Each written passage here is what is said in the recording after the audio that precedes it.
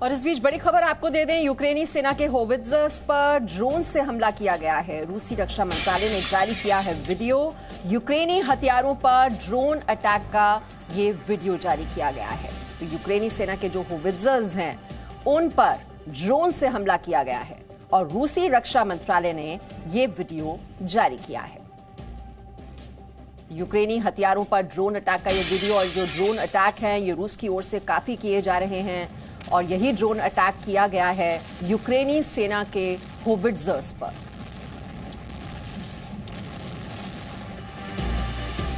रूस यूक्रेन युद्ध का 26वां दिन, और इस बीच रूस की सेना यूक्रेन के शहरों पर लगातार हमले कर रही है। जमीन से लेकर आसमान तक रूस यूक्रेन के शहरों पर बमबारी कर रहा है। बंदूक की गोलियों से लेकर हाइपरसोनिक मिसाइल तक रूस का हर हमला दुनिया देख चुकी है। भले ही इस युद्ध में रूस को पूरी तरह से जीत न मिली हो, लेकिन वो लगातार यूक्रेन पर हमले कर रहा है।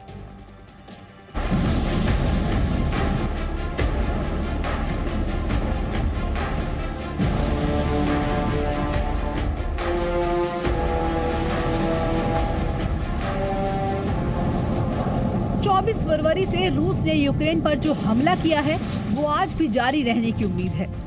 पिछले 25 दिनों में रूस ने यूक्रेन पर हमले में कोई कसर नहीं छोड़ी।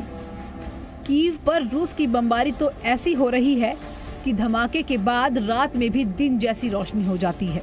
कीव के कई इलाके में लगे सीसीटीवी रूस के हमलों का सबूत दिन रात रिकॉर्ड कर रहे हैं।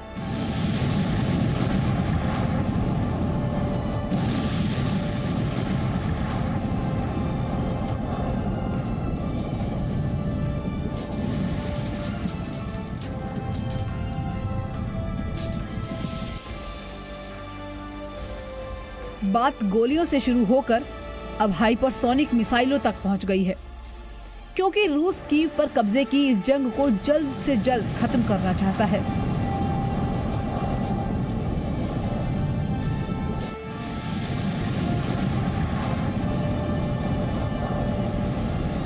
और हमला चाहे जमीन से करना पड़े या फिर आसमान से, पुतिन की सेना हर मोर्चे पर पूरी ताकत झोंक दे रही है।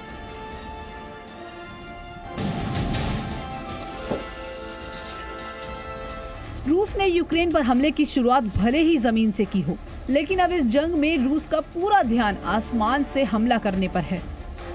देखिए ज़ैपोरिज़िया के आसमान में रूस के हेलीकॉप्टर किस तरह से मंडरा रहे हैं और हमले भी कर रहे हैं। ऐसे ही हेलीकॉप्टर डॉनबास के आसमान पर भी मंडरा रहे हैं। रूस की ये लड़ाई सिर्फ हेलीकॉप्टर तक ही सीमित नहीं है, बल्कि यूक्रेन की सेना के लिए तो इस समय रूस के ड्रोन भी काल बने हुए हैं। रूस के रक्षा मंत्रालय ने ट्वीट कर एक वीडियो जारी किया है और दावा किया है कि उसके ड्रोन यूक्रेनी सेना के बख्तरबंद गाड़ियों को तबाह कर रहे हैं।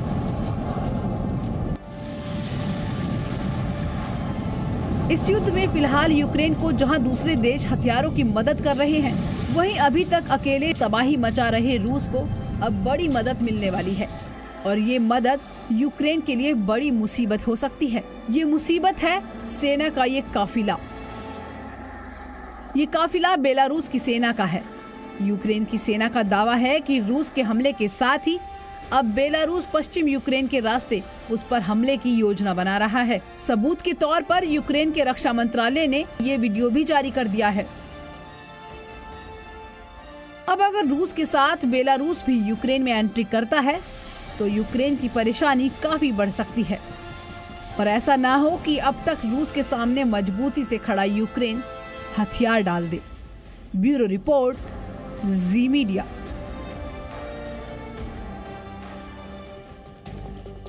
तो रूस की ओर से लगातार हमले अब तेज किए जा रहे हैं और आज इस युद्ध का 26वां दिन है। और किस तरह से ये युद्ध कितना ज्यादा भीषण होता जा रहा है और ज्यादा खतरनाक होता जा रहा है, क्योंकि रूस की ओर से अब घातक हथियारों का इस्तेमाल किया जा रहा है। रॉकेट लॉन्चर से हमला किया गया है पूर्वी यूक्रेन में।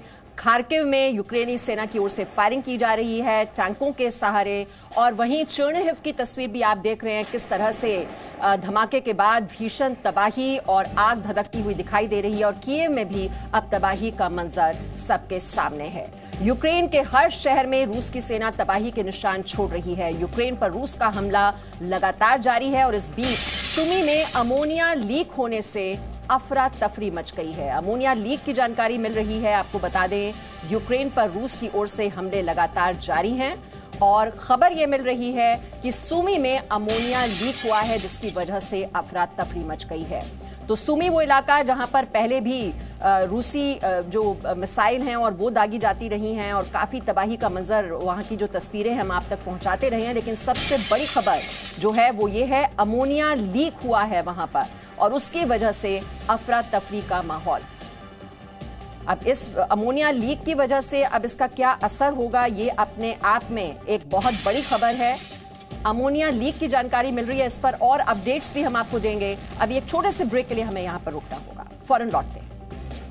Presenting B News app, available on Google Play and App Store. Download it now.